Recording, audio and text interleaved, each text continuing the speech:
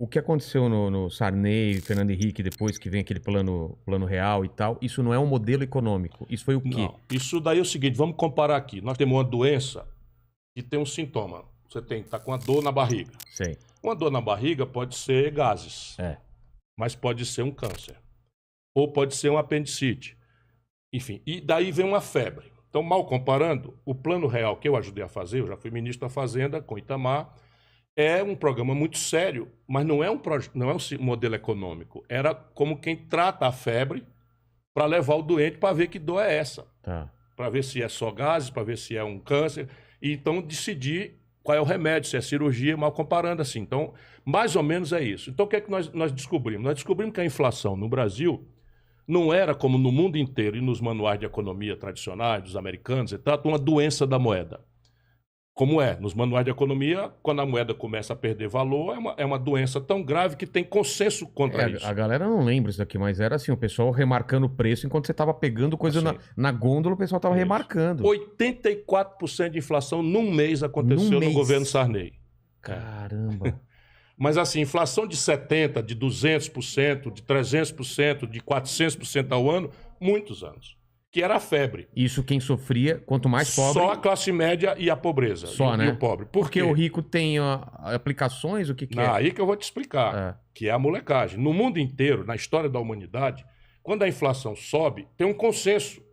E há uma mudança política ou uma ruptura. Por exemplo, o Hitler é eleito na Alemanha pelo povão, foi eleito por uma massa de populares alemães por conta da inflação gigantesca. Tem a fotografia da turma levando um carrinho de mão de dinheiro para comprar um pão. Né? Pela desvalorização. Não, eu lembro, para comprar uma revista era coisa de 1000 e não sei quantos, sei lá que moeda que era da época. Exatamente. Cruzado, Cruzeiro, sei lá, Cruzeiro Novo. Pois bem, no Brasil isso não aconteceu. Foram 25 anos de inflação alta. Eu disse, caramba, por quê? Se no mundo inteiro... Ora, porque os ricos, espertos, e os políticos comprometidos com os ricos, criaram um negócio que eles chamam de indexação. O que é indexação? Na verdade, você criou duas moedas. A moeda real, ou cruzeiro, cruzado, era a moeda que circulava para os trabalhadores assalariados e classe média. E os ricos que tinham sobra de dinheiro, indexaram, ou seja, estabeleciam a correção monetária. Aí os nomes não interessam, era LFT ou RTN, que era o seguinte, então eu botava o meu dinheiro no banco, e o banco me dava uma moeda ORTN, Obrigações Reajustáveis do Tesouro Nacional. Você não ia perder. Então naquela noite o trabalhador perdia 1%, e eu ganhava 1,5%. Além de não perder, você ainda ganhava. Ganhava muito dinheiro. Caramba. E aí, então virou uma grande negociata. Continua hoje, Vilela. Continua completamente, porque agora nós trocamos inflação por juro. Que é um elemento do Plano Real que nós ajudamos a fazer. Mas deixa eu entender. Aí veio Itamar, veio Fernando Henrique e estancou. Então veio Itamar. O Itamar não tinha compromisso com essa roubalheira. Por quê? Porque ele vem de fora. Ele vem de fora, do sistema.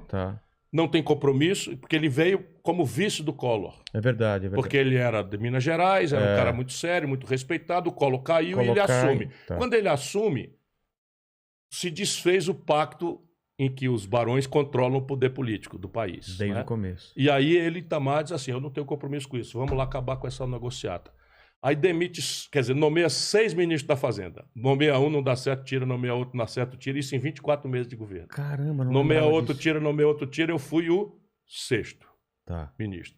Quando caiu o 5º, eu fui o 6º, e aí consolidamos e deu certo o plano. Mas como eu lhe disse, nós acabamos a febre. Acabamos a inflação. Estancou um sangramento. Mas preparamos o doente para ir para o hospital. E aí, mas foi tão importante o êxito, o sucesso do Plano Real, que o Fernando Henrique se elegeu e resolveu levar o doente, ao invés de ir para o hospital, levou o doente para o baile funk. O que ele errou? Porque o plano era sério, mas precário. Era tudo assim, era para fazer 6 meses de juro alto. Depois nós íamos fazer as reformas que o país precisa e decidir um novo modelo econômico. A época do dólar 1 para 1... Era essa época. Era essa época. Quando eu assumi, era pior. Era pior. Quando eu assumi, o real valia 85 centavos. Quer dizer, um dólar valia 85 centavos. O real valia mais que o dólar? Mais do que o dólar. Caramba. Logo não vê que não está direito. É claro que não está direito. É óbvio que a nossa moeda... Então, era artificial. Por quê? Porque nós prometemos trocar um real por um dólar e fizemos juro ir lá para cima para poder atrair dólar do estrangeiro para vir especular no Brasil overnight, que a gente chama. Especular.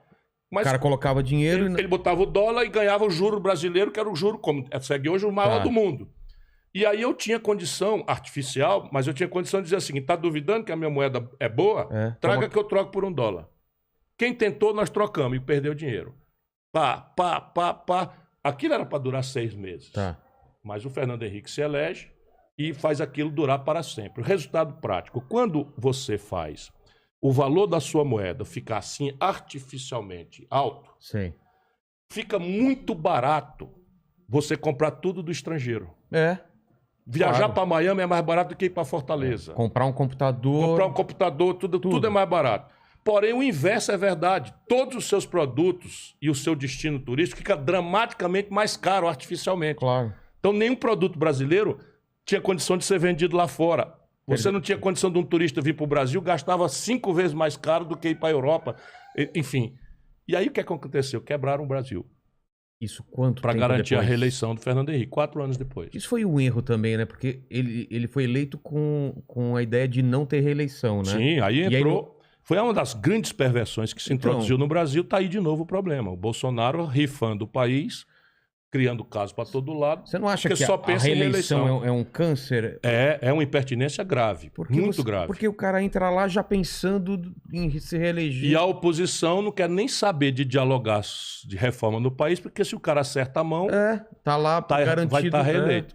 Então é um desastre completo. Então vamos lá, a gente tá vindo na linha temporal, tem esse estancamento, essa coisa de conseguimos parar a hiperinflação, e daí qual seria o modelo econômico que deveria ter sido implantado? Então, e você tem, no mundo, você tem 2 escolas com intensidades variadas. Na medida que o socialismo real morreu, ninguém mais defende o comunismo, só o Bolsonaro que fica agitando essa mentira, porque não existe mais, ninguém defende mais. O que é o comunismo? O comunismo é apropriação pelo Estado, pelo governo, de toda a propriedade privada. Então não tem propriedade privada no regime comunista. Ninguém defende mais isso no mundo, a não ser Coreia do Norte.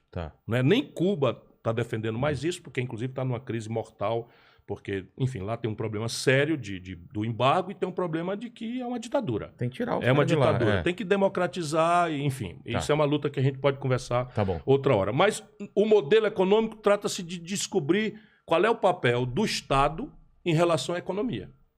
Então, o socialismo real ia botar o Estado radical como dono de tudo e dividindo o produto da economia com as pessoas com igualdade. Fracassou completamente, nunca experimentou-se esse modelo na prática em lugar nenhum do mundo, e os lugares que experimentaram sacrificaram as liberdades, morreram muitas pessoas e perderam a eficiência econômica. Porém, o extremo oposto também não existe.